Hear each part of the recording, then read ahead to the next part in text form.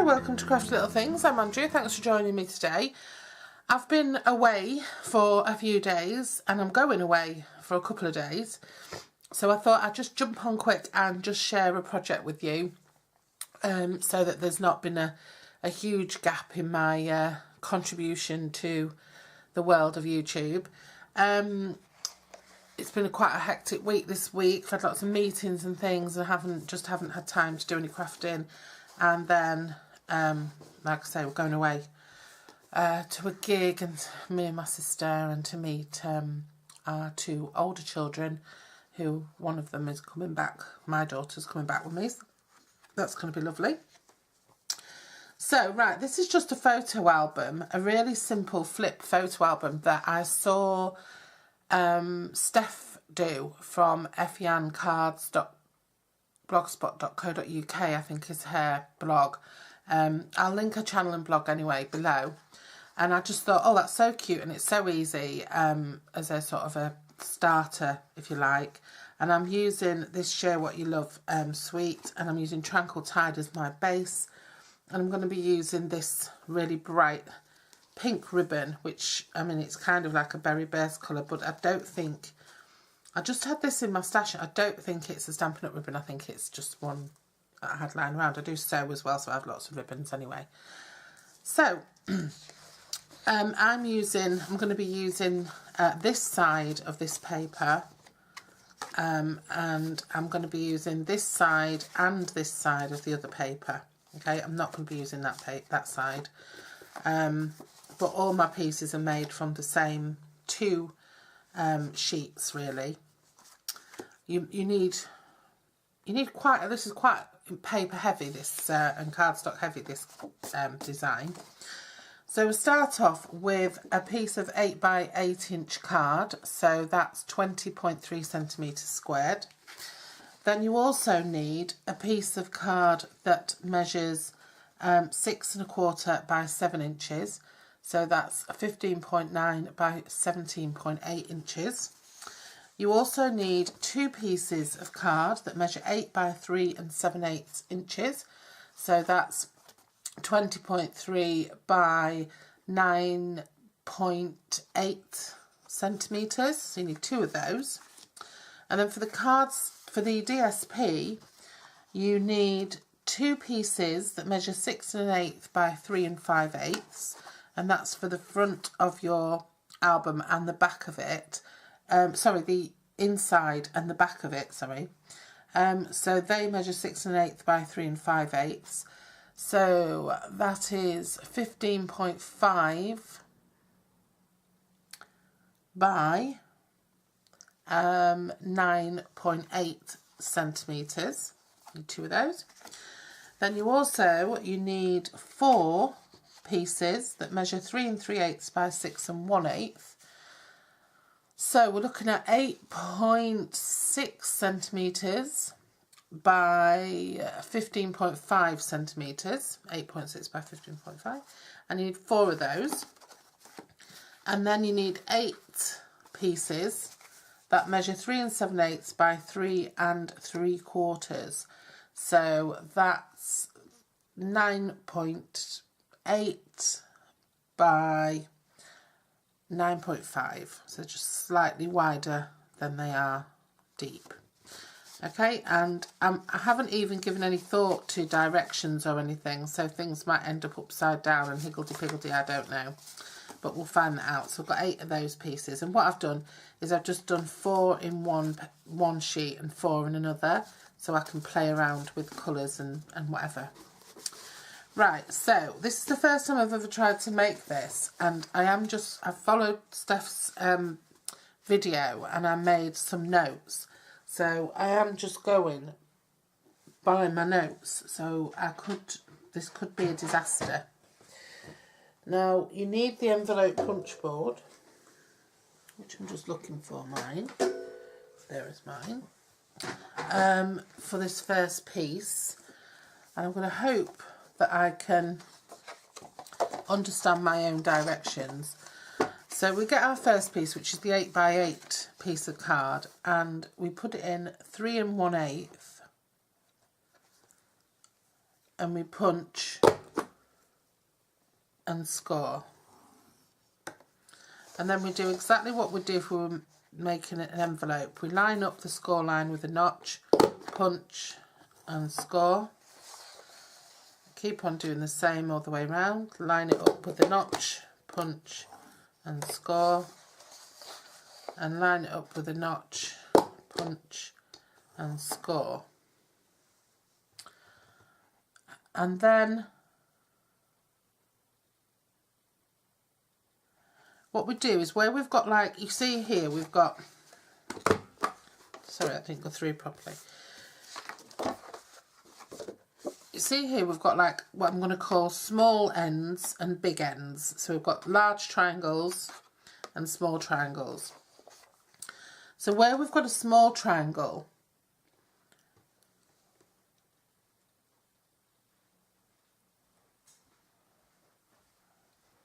I'm going to slide it over to 5 1/8, which is the very last notch on the punch board, and I'm going to score it again. I'm not going to punch again, I'm just going to score it again. And then where we've got the large triangle, the big side, I'm going to take it to 3 5/8 at this side, and I'm going to score again. Okay, so where I've got the short one, I'm going to go to 5 1/8, and where I've got the wide one, I'm going to go to 3 5/8. Okay, and then we end up with that kind of double lined effect. And I think that's all we do with the envelope punch board from my notes. I did write these notes down a long time ago, actually. Wanted to do this a long time ago, and I never got around to it. So I'm going to leave this to one side now and score the other pieces. There's quite a lot of scoring, but it's not, you know, tough scoring, if you like. It's pretty straightforward. So I'm going to take my cardstock. You only score the cardstock. So my two pieces, these two pieces that are 8 by 3 7/8, I need to score them at 4 inches on the long side, and that's it. Okay, and then my piece that measures 6.5 by 7 on the 7-inch side needs scoring at 3.5, just down the middle. Okay, and that's it. That's all I have to do with that one. Now, what I'm essentially going to do, this is going to come up and this is going to come over, I think, if I remember rightly. So what I'm going to do is I'm going to take, these two pieces are going to be stuck on to here. And all that's going to happen, it's not rocket science, all that's going to happen is they're going to fold in. And then this piece here is going to be stuck onto here, and it's going to fold up. Okay, so that's all I'm doing. And then this piece will fold up.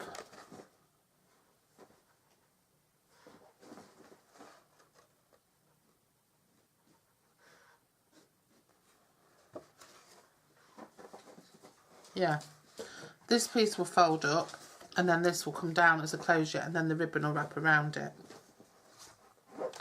I'm just thinking, does that go on the back or the front? Because then if we look at our DSP panels, what we're going to end up with is sort of, you know, maybe make them both the same from each side. That one and that one. And then we're going to end up with the same on the back. So they'll cover up these little joins, if you like. So maybe on the back we'll go for just switching them around. Or that one's the wrong side, that's sort of the wrong side, so I might just pop. There's another one that's going that way. I might just pop that on and let it be a wild card on the other side. And then these pieces, the two larger pieces, one's to go on the inside and one's to go on the back. Okay, and then these pieces will go here, here, and on the back of these two. Okay, so that's how it's going to work. Now I think to sort of balance this out a little bit, I might recut this piece actually so that it's the right way round. So I'll do that, and then we'll come back and start to assemble it all. Okay, and it'll all make sense. It's really, really simple. It really is. Like I say, I'm just sort of doing it from memory, so if I can remember what I'm doing, then it's not going to be hard for someone else to. I'm just going to cut off another piece. What did I say it was? 3 7/8 by 8, and I just want it to go the other way. No, it's 3 7/8 by 3 3/4. 3 7/8. Oh, that's 3 7/8 by 3 3/4. That looks big.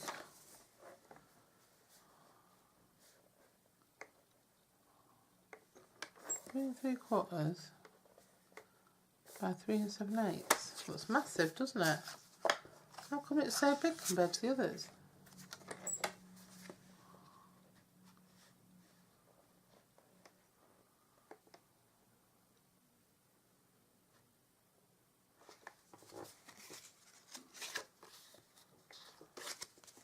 Because I've done those by 3 1/4. Sorry for that.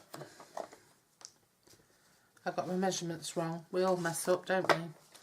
So yeah, I've done mine. The measurements I gave you at the beginning were 3 3/4 by 3 7/8, and I've actually made mine 3 1/4 by 3 7/8.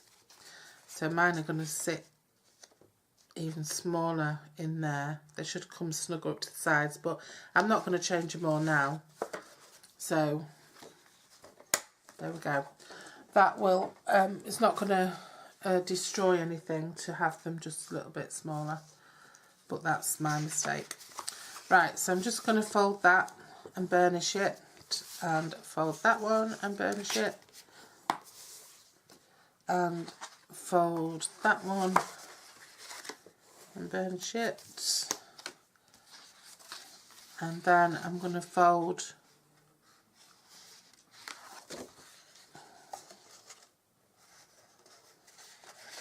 on both these score lines, burnish them. I'm a little bit under pressure today because obviously I've got to get myself ready to go to catch the train, and oh, it's going to be nice having a little trip out of town on the train. I'm going to meet my daughter. She's getting all ready at the minute. So, so what we want to do then is we want to stick that, because we need a bit of wiggle room, so we want to just stick that to this flap, but we just want to stick it just so it's just tiny little bit off this second score line. Okay, so I'm just going to use some Tombow.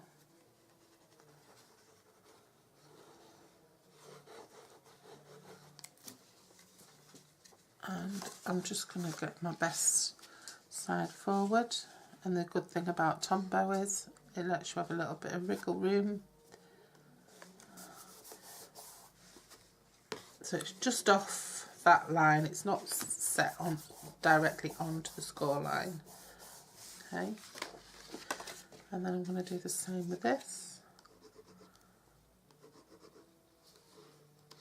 This is such a simple little project. I mean, I've messed it up, but I haven't messed it up beyond repair. Just slightly off that, And then we're going to do the same on the bottom.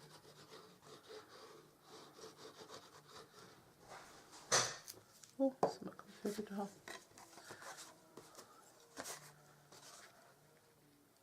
Slightly off. And this would be really nice. I mean, if you made it, I originally was going to make it using wedding paper, and I might remake it using wedding paper. It's just that you see how it all works and it all folds in on itself. So this folds in, then this would fold in, and then this comes down, and then the ribbon ties it up. Okay, you can put a label on it or whatever you want to do on it. So we'll start with these, I think. So I'm going to look at how I'm going to position those. In fact, I'm going to position that one in there because my backing is going to be this. So I'm going to position those in there. And then, yeah, that's going to go in there. Or I could just pop that in there, maybe, and pop that on the back.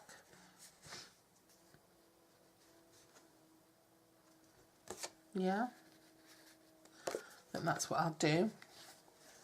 And then here, these pieces are all the same, so I could have used a piece of that. It might have been a good idea to use a piece of that, to be honest. So I might just change that around and do a piece of this,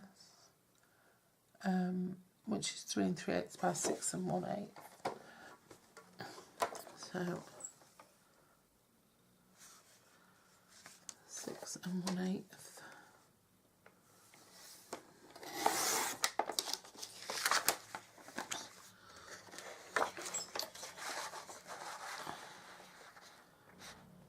It doesn't really matter if you do make mistakes because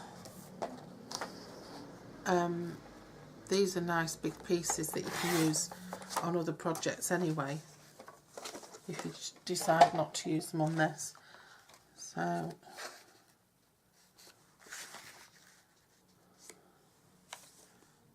that will go there.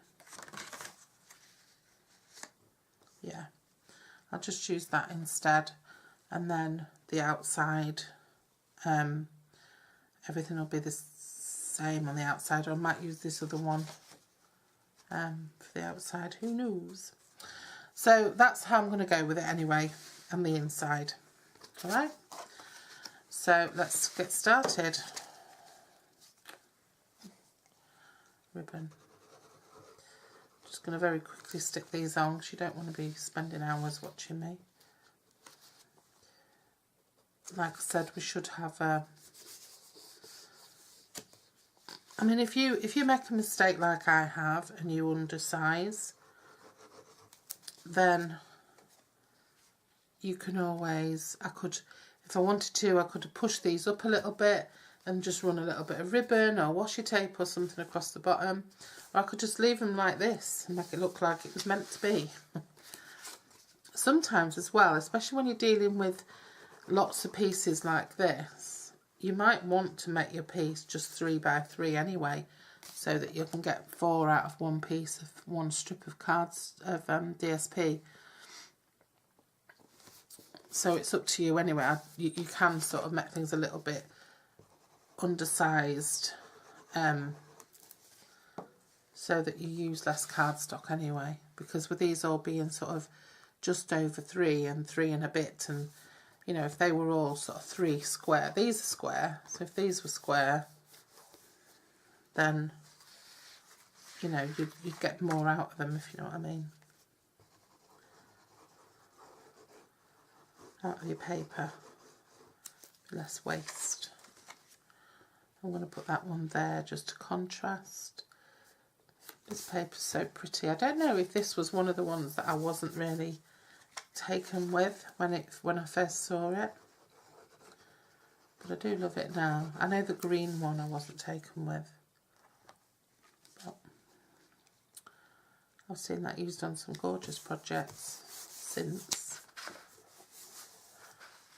And then all your pictures obviously are going to stick onto these. I'm not gluing to the best of my ability here because I'm just trying to be quick because I'm conscious of getting ready for that train, and got a few bits and bobs I need to do before I go, sort the dogs out and everything. Right, so now we've got these two panels that I'm going to do next, and for these two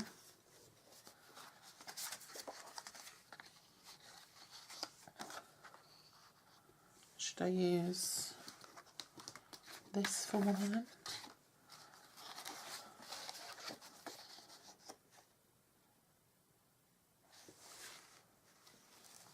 No, I have confused matters, haven't I?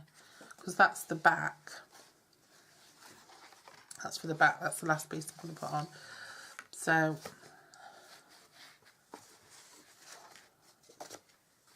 yeah.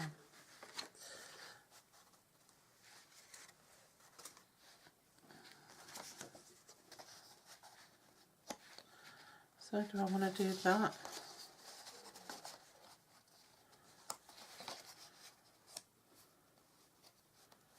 I think that's what I'm going to do actually. I'm going to put that on.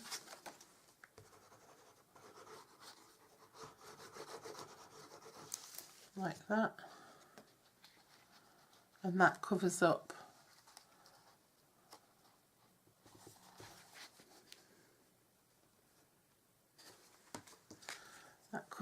the join there. And then I'm going to pop that on there.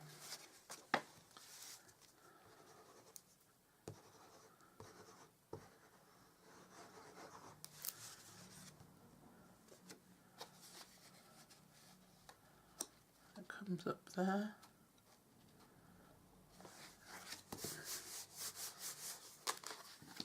So it's going to go like this.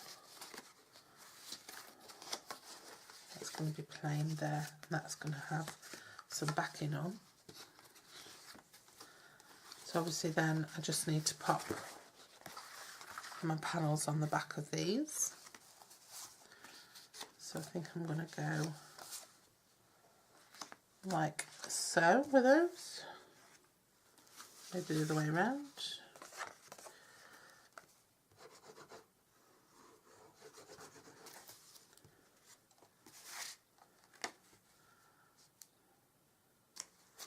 So if yours is looking slightly different to mine, that's because I gave you the wrong measurements. Well, I gave you the right measurements, but I made different sizes. So,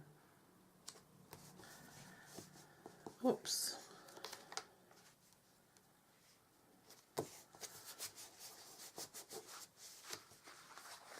I could have just started again, but I mean, who wants to do that? If it was for a customer, of course, and not just a demo piece, then I would have started again.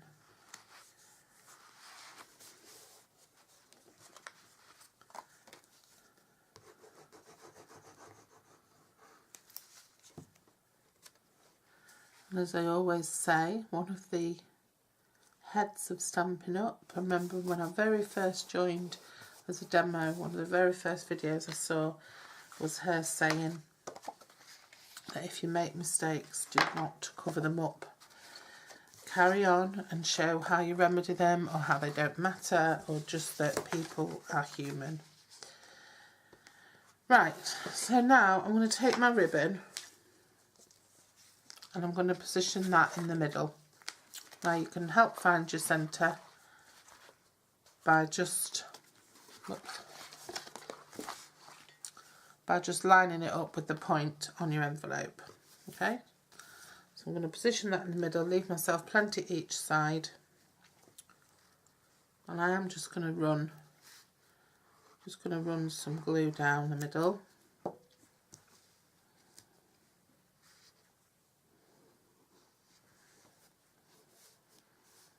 I know this isn't the same. I think that's Berry Burst. I know this isn't Berry Burst, but it's still a nice bright pink ribbon to just throw on. This ribbon's more like Melon Mambo actually, in terms of its vibrancy. And just stick that down, and then you've got a lovely strong adhesion then for your ribbon. And then that is it basically. You just now all you do is you just have your photographs, stick them on each of those, or it can be an inspirational thing and be a really elaborate card. And then you've got a little photo keepsake album there for whatever event you've been to. If you want to pop some DSP on there, of course you can, and because I've made so many mistakes, I've got pieces I could pop on there. But leaving it blank as a contrast is quite nice. If you wanted to pop a hole through there so that you can train your ribbon through it, you could do. You can pop a sentiment on there, of course. You know, if it's a wedding or a baby card or whatever. Do my ribbon upside down. I seem to recall that Steph also did her ribbon upside down. So I'm not alone in that mistake. The best way to do your ribbon the right way up is to actually tie it upside down, and then it ends up being the right way up on your project. That was something I think I saw Sophie teaching people. Sophie's really good at tying ribbons. If you ever want to see somebody do a good job of it, that's Sophie Prestrel. I'll share her channel with you below. And that's it. That's a lovely little photo album there. It's great if you know, like I say, if you wanted to theme it for a wedding, it could serve as a wedding card and a useful little album for them to stick photographs in as well afterwards. So thanks for joining me, and I will be back very soon after I've had a little break. And I'm sorry I disappeared off the face of the earth, but I'm back. I am still around. Okay, thanks for joining me, and I'll see you soon. Bye bye.